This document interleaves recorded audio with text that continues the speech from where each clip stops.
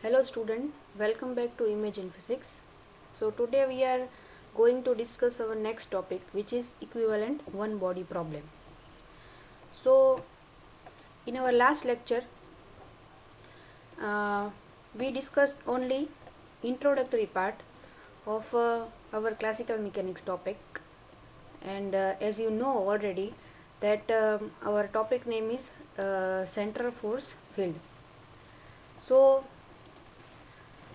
let me revise some definitions.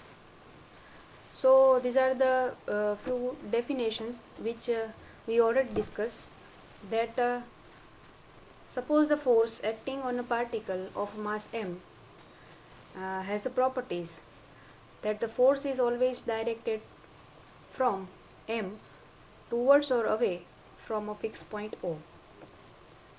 So central force આપણે એને કહીશું કે જેમાં કોઈ પાર્ટિકલ પર આપણે ફોર્સ લગાડતા હોઈએ અને એની ડાયરેક્શન છે એ પાર્ટિકલ તરફ હોય અથવા તો એનાથી વિરુદ્ધ દિશામાં હોય તો એને આપણે સેન્ટ્રલ ફોર્સ ફિલ્ડ અથવા તો સેન્ટ્રલ ફોર્સ કહીએ છીએ. So let us start our today's topic which is equivalent one body problem. So this topic is based on the two masses. This is the actually block diagram of our equivalent one body problem. તો અહીંયા તમે જોઈ શકો છો કે we suppose that m1 and m2 is two different particle, and m1 and m2 is the masses of that particle. So we define the masses, that is m1 and m2, and distance between m1 and m2 is r. So this is vector r. So I told you before that vector analysis is very much important to understand the concept of classical mechanics. So here I am using some of the basic concepts of vector analysis. So this is the block diagram, and this is our origin point O, and position vector of mass m1 is r1, which denote here, and position vector of m2 is vector r2. So m1 and m2 is connected with this line of force. So this line of force is as you can say that m1 is under the influence of two forces, which is F external, or that is F1 external.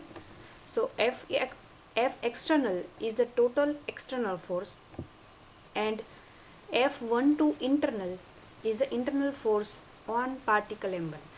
So basically m1 is under the influence of, એટલે કે m1 દળ છે જે પાર્ટિકલનું માસ m1 છે એની ઉપર બે પ્રકારના બળ છે એ અસર કરતા છે, જે છે એક્સટર્નલ ફોર્સ અને internal force.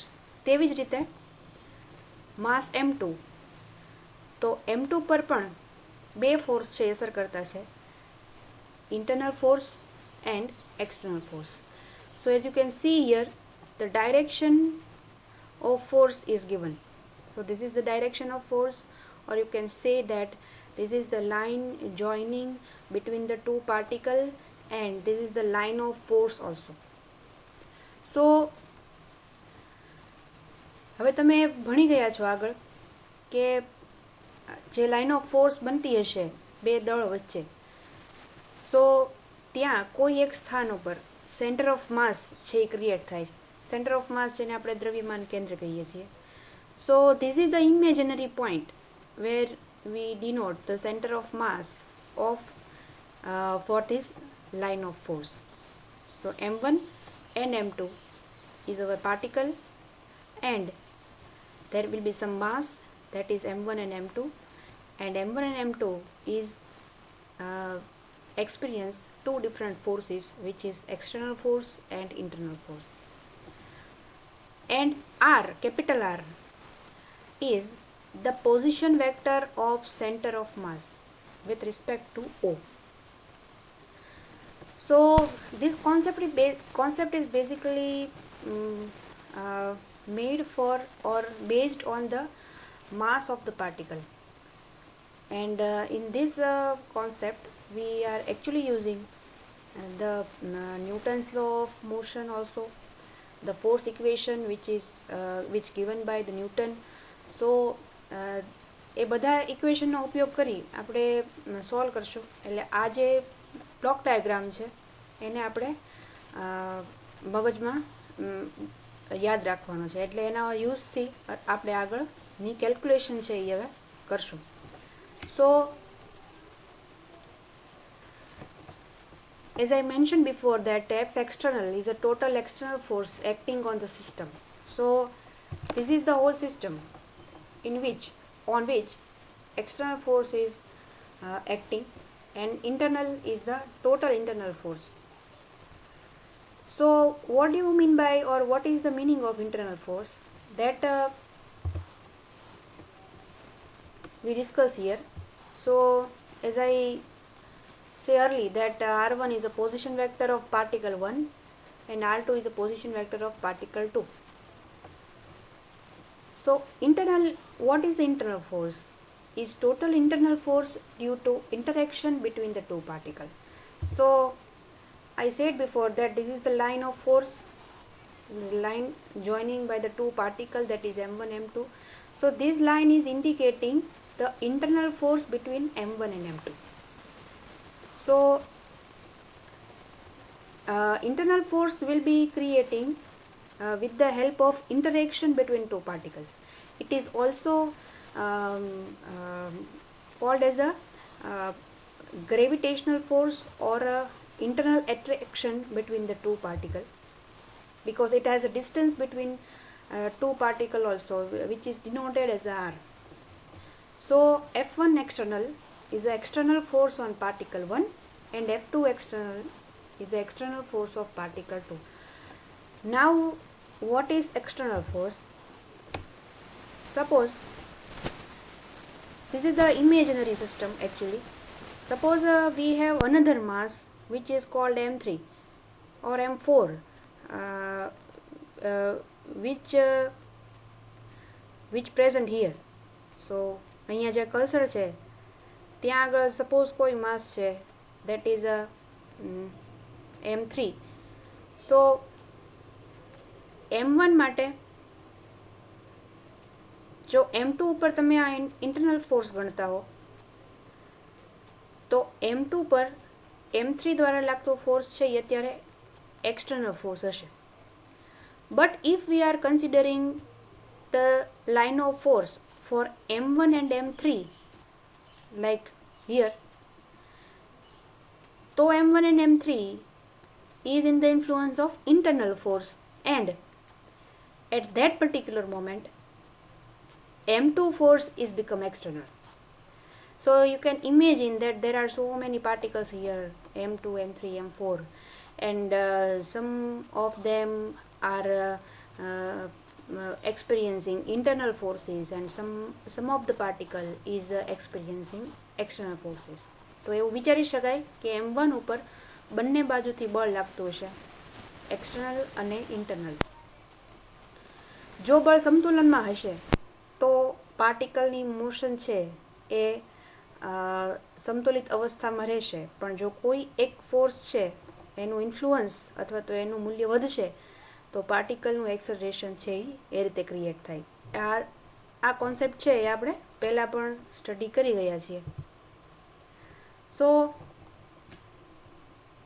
F12 internal force exerted on particle 1 by 2, એટલે કે પાર્ટિકલ 2 દ્વારા પાર્ટિકલ 1 પર લાગતું આંતરિક બળનું મૂલ્ય. F21 internal is force exerted on particle 2 by 1, એટલે કે પાર્ટિકલ 1 દ્વારા પાર્ટિકલ 2 પર લાગતું બળ.